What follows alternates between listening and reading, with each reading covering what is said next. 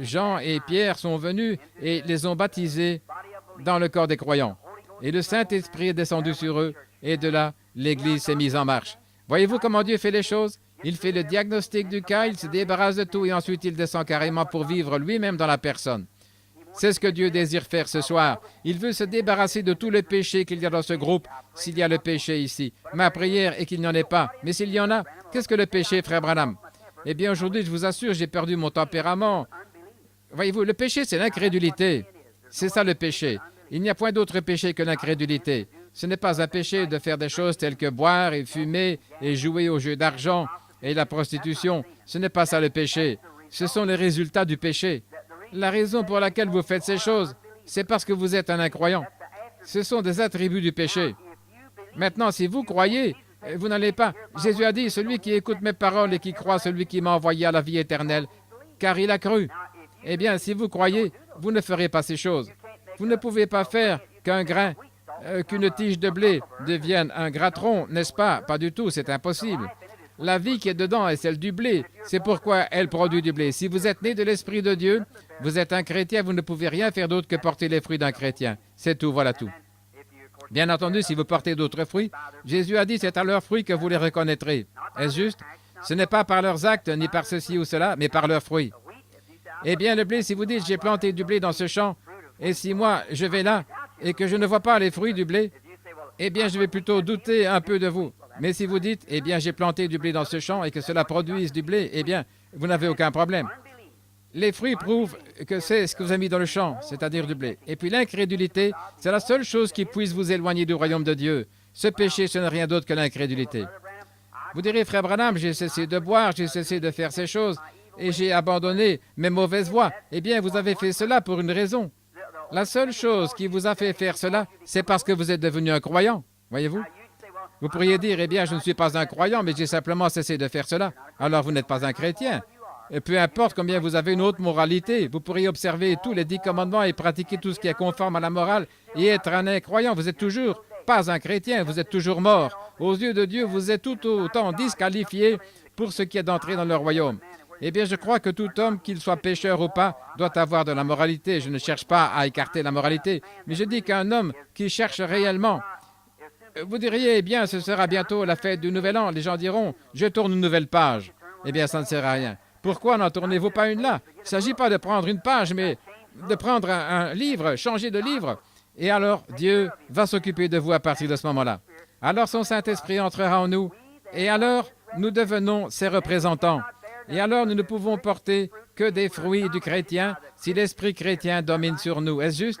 L'esprit chrétien, c'est l'esprit de Christ. Et Jésus a dit, vous ferez aussi les choses que je fais. Est-ce juste? Vous ferez les mêmes choses que je fais, et même de plus grandes, car je m'en vais au Père. Il a dit encore un peu de temps, et le monde ne me verra plus, c'est-à-dire les incroyants. Le cosmos, l'ordre du monde, ne me verra plus. Mais vous, vous me verrez, les croyants, car je serai avec vous, même en vous, jusqu'à la fin du monde. Eh bien, les attributs de cette vie chrétienne parfaite seraient dans un groupe de gens et se manifesteraient dans leur vie jusqu'à la seconde venue de Jésus-Christ. Je pense que je vous ai parlé de ma conception de Dieu, de ce que Dieu est. Écoutez ceci. Pour moi, je crois que Dieu a toujours été un Dieu triunitaire. Christ, le Saint-Esprit de Dieu, est tout simplement comme une règle de 3. 3 pieds. Les 12 premiers pouces, c'est Dieu le Père. Les 12 pouces qui suivent, c'est Dieu le Fils. Et les 12 derniers pouces, c'est la règle de 3 pieds. Voyez-vous, la règle entière, c'est Dieu le Saint-Esprit.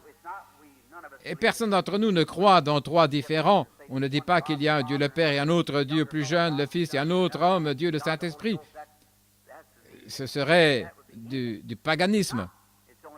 Il s'agit seulement d'un seul Dieu, dans 3 dispensations différentes.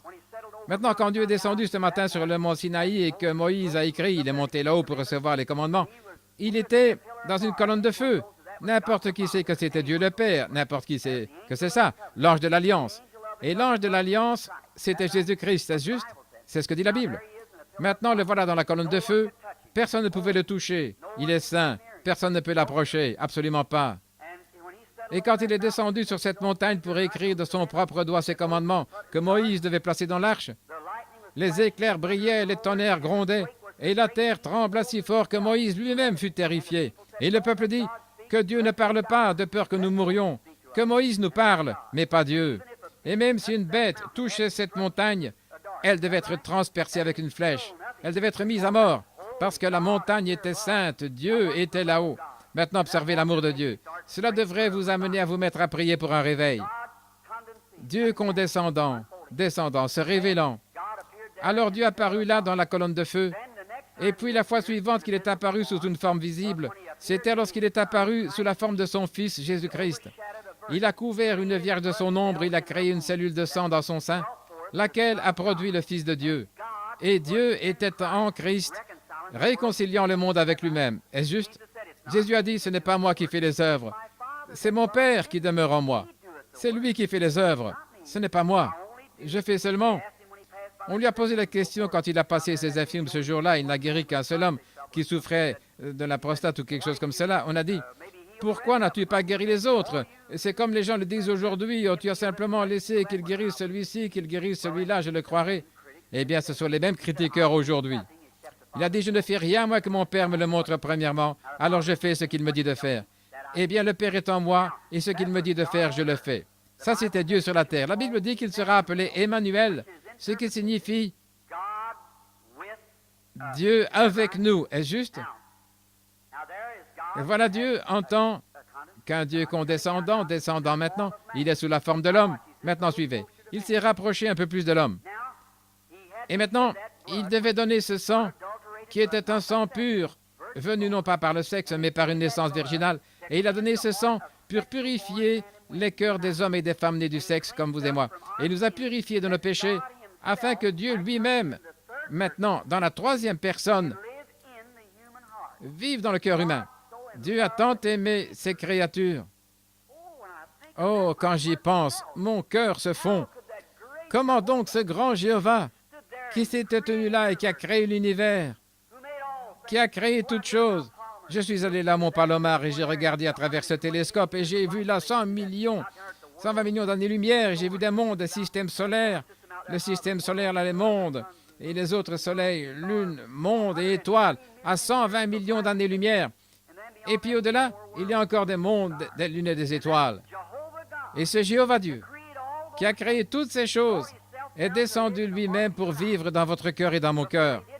Avant de le faire, il a dû nettoyer son chemin. Il a dû leur montrer la loi et les commandements. Ensuite, il a dû descendre pour leur montrer l'amour et puis ouvrir carrément son chemin dans le cœur de l'homme. Et maintenant, Dieu est en nous. C'est juste. Maintenant, nous sommes ses mains sur la terre. Nous sommes ses yeux sur la terre. Nous sommes son évangile sur la terre. Et l'évangile ne consiste pas uniquement à la parole. La parole rendue manifeste, c'est ça l'évangile. L'évangile n'est pas venu en parole seulement, mais avec la puissance et la démonstration du Saint-Esprit. Allez par tout le monde et démontrez la puissance du Saint-Esprit à toutes les nations. Eh bien, au lieu de ça, nous nous mettons à enseigner la théologie. Et nous avons fait 2000 ans, et 2 tiers des habitants de la terre n'ont jamais entendu parler de Jésus-Christ. 2 tiers ne savent rien du tout de Jésus-Christ. Pensez-y. Eh bien, vous direz, c'est là-bas, dans les pays des païens. C'est pratiquement aux États-Unis d'Amérique. Dans la petite ville de New Albany, dans l'Indiana, juste là au sud de là où j'habite, on a fait un recensement il y a environ 3 ou 4 mois. On a découvert que dans cette ville, je crois, de 27 000 habitants, il y a plus, je crois, que le tiers ou le quart d'entre eux qui ne fréquentent même pas l'Église. Ils sont membres d'une certaine Église, mais ils n'ont jamais franchi la porte de l'Église. Et j'ai entendu l'analyse sur Boston, le nombre d'enfants qui sont dans la délinquance juvénile. Le capitaine Al-Farrar, un ami personnel, il est responsable du FBI. Il a reçu le Saint-Esprit lors de mes réunions, alors qu'il me filait depuis 2 ans pour m'attraper, pour voir ce que je faisais. Il est venu à Dallas, ou plutôt à cette grande réunion ce soir-là. Il s'est tenu là. Et il a dit, j'aimerais... Vous savez, mon travail, c'est de démasquer le supercherie. Et il a dit, je l'ai filé depuis 2 ans. Et ce n'est pas de la supercherie. Il a dit ceci, c'est la puissance du Dieu Tout-Puissant. Et le jour suivant, au stand de tir où il m'avait amené, il a dit, frère Branham, il avait renvoyé sa voiture, il est entré dans cet endroit, il a dit, je voudrais recevoir le Saint-Esprit, je veux naître de nouveau. Eh bien voilà, il va prendre sa retraite d'environ 1 an et il veut m'accompagner dans la réunion. Oui, la délinquance juvénile. Maintenant, tous ces jeunes qui sont dans la délinquance, on a fini par découvrir que des milliers, des dizaines de milliers de ces enfants n'ont jamais été à l'Église. Ils ne savent rien de Dieu, ils ne connaissent que des jurons. C'est tout ce qu'ils savent. Eh bien, voyez-vous, on ne trouve pas cela dans un pays de païens, c'est aux États-Unis. Et maintenant, je vais dire ceci avant de clôturer. Je crois que si Dieu leur a donné la clé passe-partout autrefois au commencement, quand il leur a donné la puissance, il a dit allez démontrer cette puissance dans le monde entier. Je serai avec vous. Cette première église, oh là là, qu'est-ce qu'elle a mis le monde en pièces? C'est les chrétiens. Le monde fut pratiquement christianisé en une seule décennie, une seule génération de disciples. Ensuite, ils ont laissé ça et la génération suivante a commencé à s'organiser. Et à la troisième génération, à l'époque des âges sombres, c'est alors que l'Église catholique s'est constituée. Et puis à partir de là, ils ont commencé avec la théologie. Martin Luther, John Wesley, Calvin, Knox et tous sont apparus. Et la chose entière était uniquement basée sur la théologie. C'est juste. Et ils n'ont pas réussi à retourner là. La chose même que Dieu leur avait défendue, ils le font au nom de Jésus-Christ. Il n'est pas question d'instruire le monde, mais de prêcher l'Évangile et de démontrer la puissance de Dieu. Et aujourd'hui, dans nos églises, commencez seulement cela dans l'église et voyez ce qui arrive. Mais on vous montre la porte, voyez-vous, et la clé passe partout. C'est la chose qu'ils ont laissée de côté, la pierre angulaire. Quand là, autrefois, les bâtisseurs ont commencé à construire le bâtiment, les pierres étaient taillées dans le monde entier. Eh bien, vous allez comprendre pourquoi je suis interdénominationnel. Voyez, les francs-maçons qui sont ici et les autres, ceux qui connaissaient l'ordre, on taillait les pierres, on les transportait jusqu'à Jopé et ainsi de suite, et les chars à bœufs les faisaient descendre, les hauts cèdres du Liban, on les taillait et tout, on les faisait descendre. Et quand tout était entassé en dehors de Jérusalem, pendant 40 ans, on n'entendait pas un seul crissement de cygne et de coups de marteau. Eh bien, voici venir une pierre taillée comme ceci et une pierre autrement. Et ils découvraient que chaque pierre s'ajustait parfaitement à sa place. C'est ce que je pense de ceux qui croient en Dieu. Chacun de nous a une place dans ce bâtiment. Nous ne sommes peut-être pas comme l'autre, mais nous avons une place à occuper ici. Chaque chrétien est de nouveau. Eh bien, les bâtisseurs, pendant qu'ils commençaient à avancer, ils sont tombés sur une pierre ayant une forme bizarre. Ils ont dit, nous ne pouvons pas utiliser ça. Cette pierre ne sert à rien, c'est une pierre bizarre. Et ils l'ont jetée quelque part dans un tas de mauvaises herbes et ils ont continué et progressé dans la construction du bâtiment. Et finalement, ils se sont rendus compte, quand ils sont arrivés à un certain niveau, ils ne pouvaient pas aller plus loin. Ils se sont arrêtés, ils ne pouvaient pas aller plus loin. Et que la pierre même qu'ils avaient rejetée était la principale de l'angle. C'est là qu'on en est aujourd'hui, frères, sœurs. Nous avons adopté la théologie, nous avons adopté l'instruction. L'instruction, c'est une bonne chose, mais c'est le plus grand obstacle que l'Évangile ait jamais eu, l'instruction. Eh bien, je ne dis pas ça parce que je veux que vous soyez illettrés ou quelque chose comme ça. Vous ne devriez pas être illettrés. Mes frères, les gens ont tout basé sur l'instruction, sur la